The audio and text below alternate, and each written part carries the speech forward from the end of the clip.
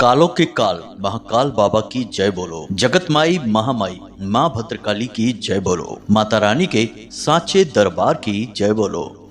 मेष राशि वालों, आप सभी का स्वागत है मेष मंथन भिंड यूट्यूब चैनल में।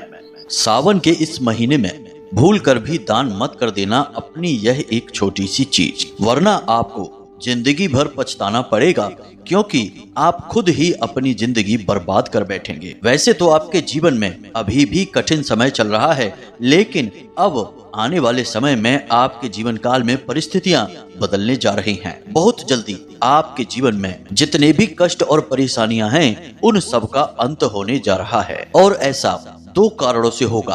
पहला तो यह है कि ग्रहों की दशा आपके अनुकूल बन रही है, जो आपकी हर मनोकामना पूरी करने वाली है। ठीक इसी के साथ साथ दैवीय कृपा और भगवान का आशीर्वाद भी आपके जीवन में अब शामिल हो चुका है। इस वजह से आपकी जीवन की हर समस्या का अंत हो जाएगा और आपकी हर मनोकामना पूरी होने लगेगी। लेकिन ऐसे में यदि आपने अपनी यह एक चीज इस सावन के महीने में किसी को दान में दे दी या यूं ही बस उपयोग के लिए दे दी, तो आप अपनी आने वाली हर एक खुशी, दैवीय कृपा और ग्रहों की सकारात्मक ऊर्जा सब दूसरों के हाथों में दे देंगे। जी हाँ मित्रों, यह वीडियो आपके लिए एक चेतावनी है। अगर आपने इस वीडियो को नहीं देखा और हमारे द्वारा बताई गई बातों को अच्छी तरह से नहीं समझा, तो हम आपको गारंटी के साथ कहते हैं कि यह आपके जीवन की एक सबसे बड़ी भूल होगी, जिसकी कीमत आपको जीवन भर चुकानी होगी। जी हाँ बंधुओं, और इसका प्रमाण यह है कि आपके जीवन में कई बार ऐसा समय आया है जब खुशियां आपके जीवन में आई हैं, आपकी मनोकामनाएं पूरी होने लगी हैं, आपने तरक्की भी की है, लेकिन फिर अचानक कुछ ऐसा हो गया जिससे सारी खुशियां वापस लौट गईं। आपके जीवन में जितनी भी तरक्की हुई थी वह सब धीरे धीरे समाप्त हो गई और आप फिर से परेशानियों के दौर से गुजरने लगे। लेकिन अब भगवान आपको फिर एक मौका दे रहे हैं। ग्रहों की चाल फिर आपके अनुकूल हो रही है, यानी अब हर वह बात होने जा रही है जो आपके सौभाग्य का निर्माण करेगी। लेकिन मित्रों, यही वह समय भी है जब आपको बहुत सतर्क रहना है, गलती से भी कोई गलती नहीं करनी है, क्योंकि अभी आपका सौभाग्य जो बन रहा है वह किसी कच्चे घड़े के समान है, और आपके द्वारा की गई छोटी से छोटी गलती उस कच्चे घड़े पर पत्थर मारने के समान कार्य करेगी और वह टूट जाएगा और आपकी बनती हुई किस्मत भी फूट जाएगी। जी हाँ बंधुओं, तो ध्यान से सारी बातों को सुने। यह एक चीज आपके जीवन में शुद्ध सकारात्मक ऊर्जा को आकर्षित कर रही है। आपके सौभाग्य के निर्माण में इस एक चीज का बहुत महत्वपूर्ण योगदान है, लेकिन आप इसकी शक्तियों से पूरी तरह से अनजान हैं, और आप एक ऐसे इंसान भी हैं जो अपने दिल के हाथों मजबूर हैं। भावनाओं में बहकर आप निर्णय लेते हैं, दिल के हाथों सोचते हैं। इस वजह से आप इस चीज को या तो किसी को दे बैठेंगे या फिर इसका दान कर बैठेंगे। तो अब कौन सी है यह एक चीज? आपके मन में यह प्रश्न तो उठ ही रहा होगा। तो अब आप चिंता ना करें, इस वीडियो को बस अंत तक देखें। हम आपको न केवल इस एक चीज के बारे में संपूर्ण जानकारी विस्तार के साथ शास्त्रीय प्रमाणों के साथ देंगे, इसी के साथ साथ संपूर्ण ज्योतिषीय और गणितीय आंकलनों के आधार पर आपके आने वाले 5 से 6 दिनों की सटीक भविष्यवाणियां करेंगे, और आपको कुछ ऐसे कार्यों के बारे में बताएंगे जिन्हें आपको इन 5 से 6 दिनों में जरूर कर ही लेना चाहिए। यदि आप उन कार्यों को कर लेते हैं तो आप यकीन मानिए मित्रों कि वह सब कुछ हासिल कर लेंगे जिसके लिए आप अब तक तड़प रहे थे। आपकी हर इच्छा, हर मनोकामना स्वयं भोले बाबा और माँ भद्रकाली खुद आकर पूरी करेंगी। जी हाँ बंधुओं, अब आपको हो सकता है कि सुनकर थोड़ा सा आश्चर्य लग रहा हो, लेकिन यहाँ पर जो बातें हम आपको बताएंगे वे न केवल वैदिक पद्धति पर आधारित होगी, बल्कि हमारे वर्षों के अनुभव पर भी आधारित होंगी। जी हाँ बंधुओं, यह वीडियो असल में आपके लिए किसी खजाने से कम नहीं है। तो अब ऐसे बहुमूल्य खजाने को यूं ही जाने देना तो सचमुच में एक बड़ी मूर्खता का कार्य होगा। तो आप ऐसी गलती ना करें। हमारा आपसे बार बार निवेदन है कि इस वीडियो को पूरा देखें, हमारे साथ अंत तक बने रहें। तो आज के इस विशेष ज्योतिष के कार्यक्रम को शुरू करते हैं, लेकिन इससे पहले माता रानी को आभार तो व्यक्त करना ही होगा, भोले बाबा को धन्यवाद तो देना ही होगा। तो चलिए कमेंट बॉक्स में लिखिए जय माँ भद्रकाली, जय भोलेनाथ। एक बार नहीं 3 बार लिखना।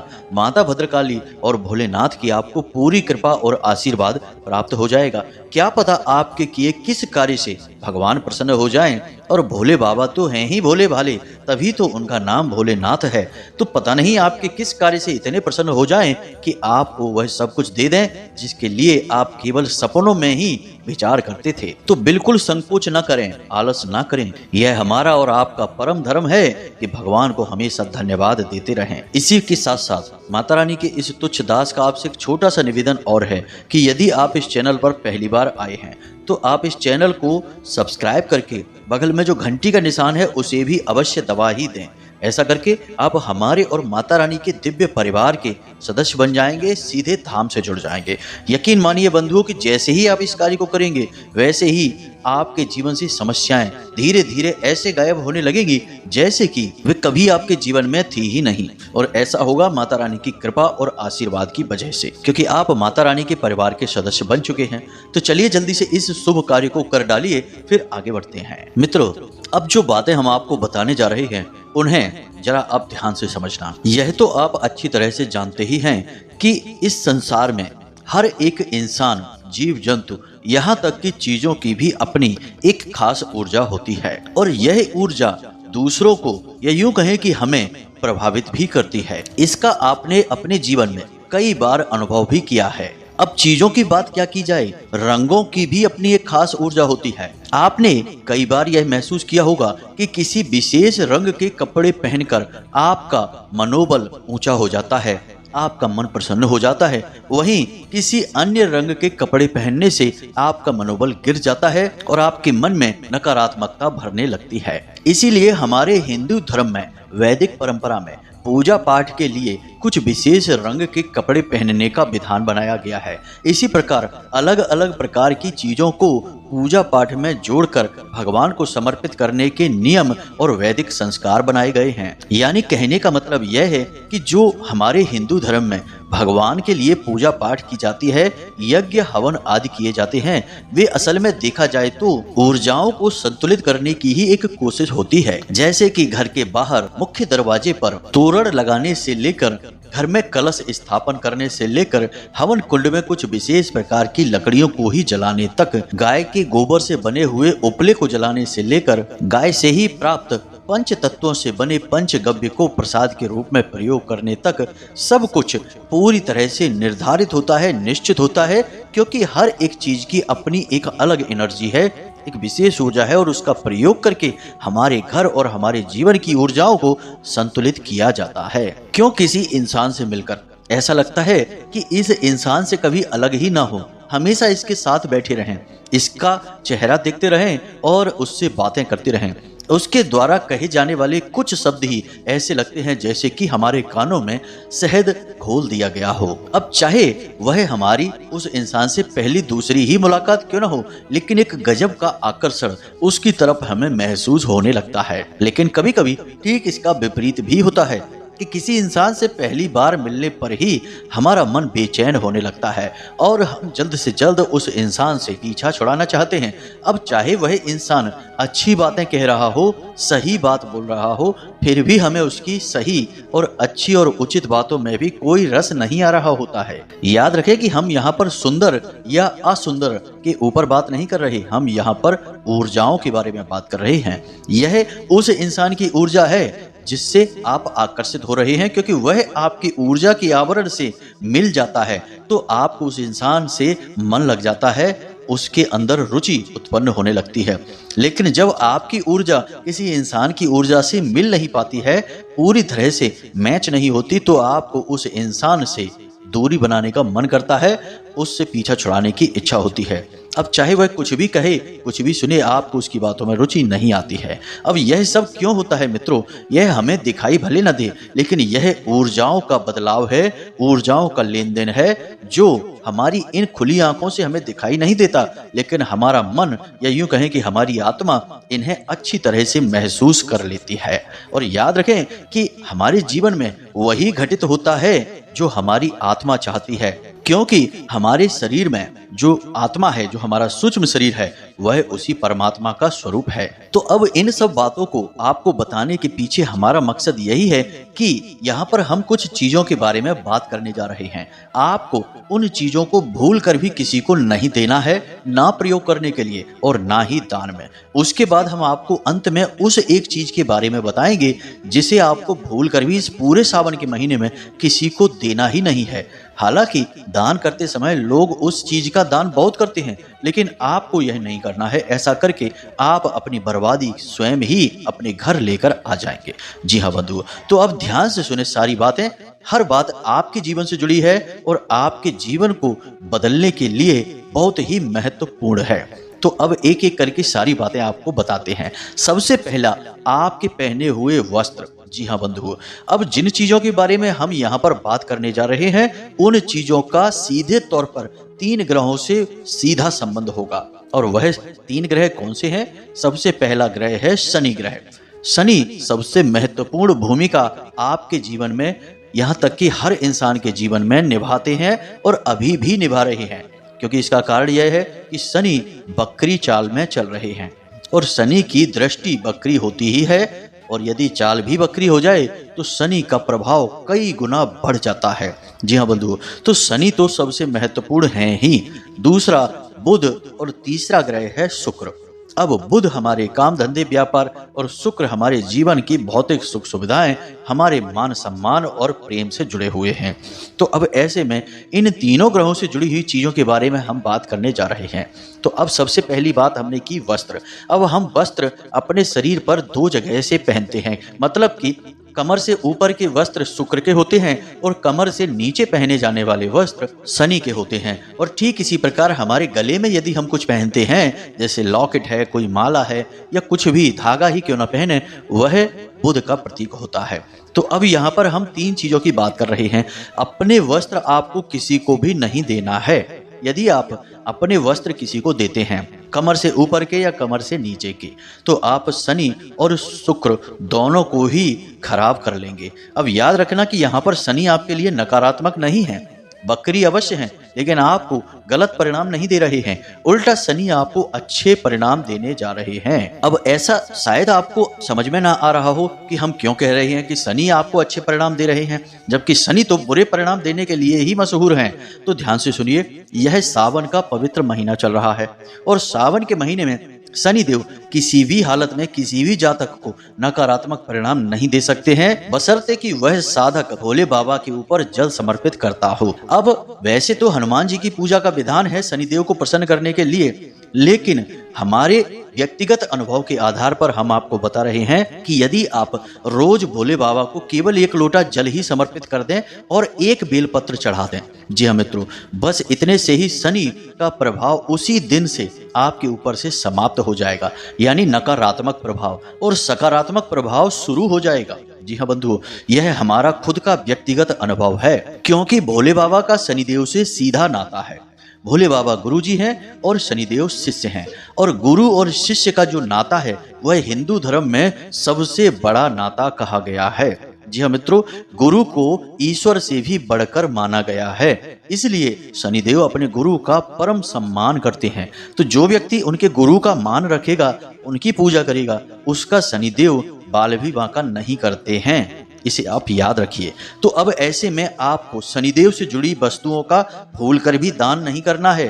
कोई आपसे खूब कह दे कि आप शनिदेव से जुड़ी चीजों का दान करिए, आप अपने जूते, वस्त्र या फिर लोहे की कोई वस्तु या कुछ भी दान कर दीजिए, लेकिन आपको नहीं करना है। इसका कारण यह है कि शनिदेव आपको लाभ पहुंचा रहे हैं और ज्योतिष का एक बहुत बड़ा नियम है, इसे आप दिमाग में बैठा लीजिए कि जो ग्रह हमें लाभ दे रहे होते हैं, उन ग्रहों से जुड़ी हुई चीजों का कभी भी दान नहीं किया जाता है। उस ग्रह से जुड़ी चीजों का दान करने का मतलब है कि जो लाभ आपको प्राप्त होने जा रहे हैं, वे लाभ अब किसी और को प्राप्त होंगे।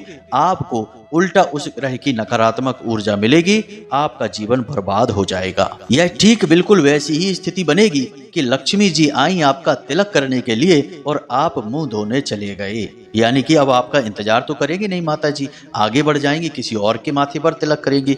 तो यही मूर्खता, यही गलती हर इंसान करता है।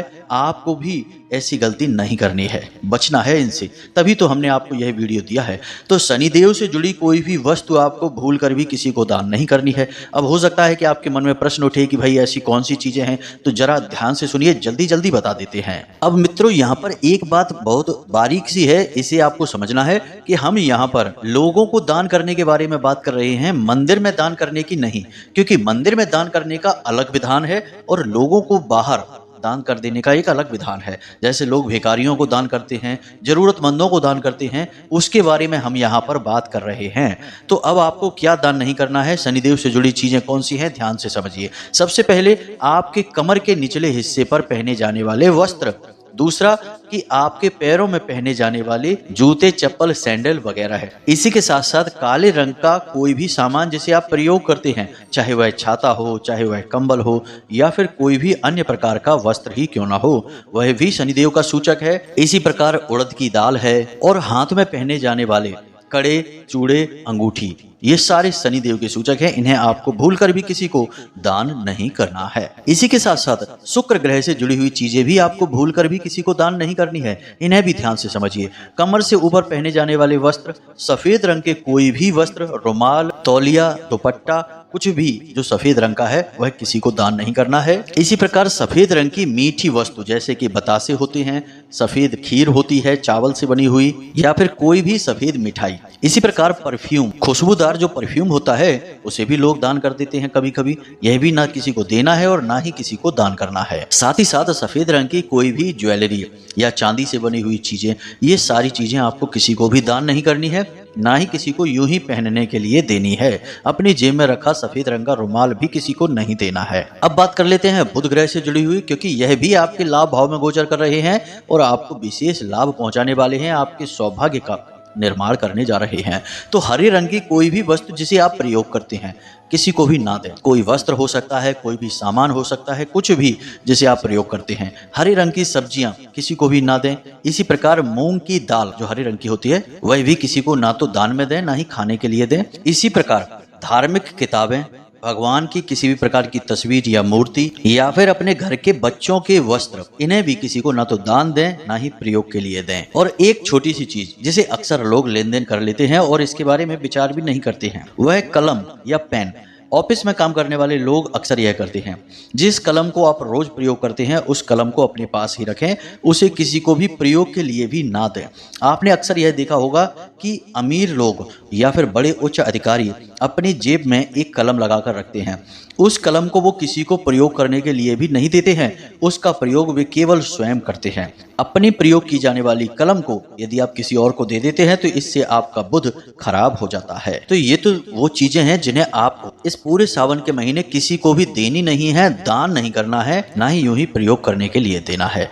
अब हम आपको बताने जा रहे हैं उस एक चीज के बारे में जिसे आपको इस सावन के महीने गलती से भी किसी को नहीं देना है। जी हाँ बंधुओं, अब यहाँ पर हम बात कर रहे हैं 3 ग्रहों की।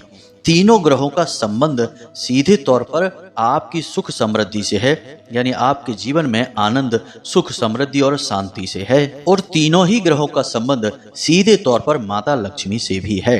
तीनों ही ग्रह जब किसी जातक पर अपनी कृपा करते हैं, उससे प्रसन्न होते हैं, तो सबसे पहला और सबसे महत्वपूर्ण लाभ उस जातक को धन का लाभ ही होता है। यानी कि अलग अलग स्थानों से कई प्रकार से उसके जीवन में धन का आगमन होता है।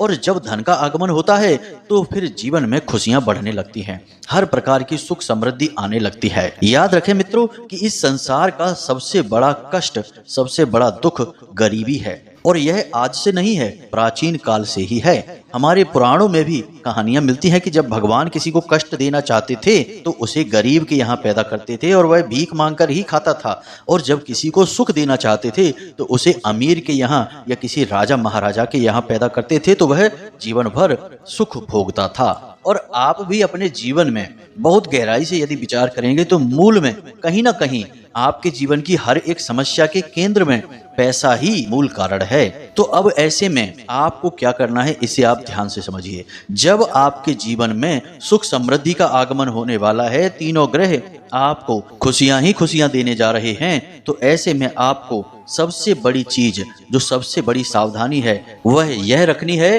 कि आपको भूल कर भी रुपए पैसे का दान नहीं करना है। अब इसे आप ध्यान से समझिए, क्यों और कैसे।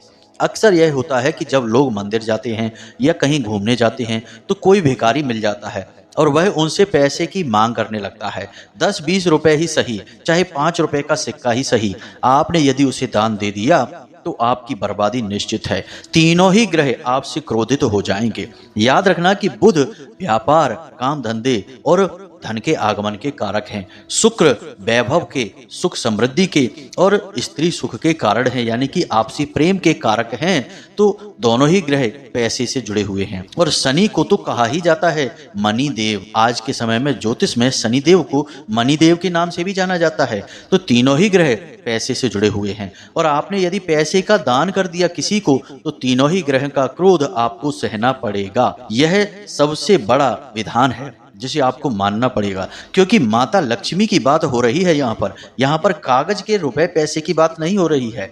असल में माता लक्ष्मी की ऊर्जा की बात हो रही है। याद रखें कि जब आप किसी को कुछ दान देते हैं तो न केवल वह एक वस्तु जाती है, उसके साथ उस वस्तु से जुड़ी हुई ऊर्जा भी चली जाती है।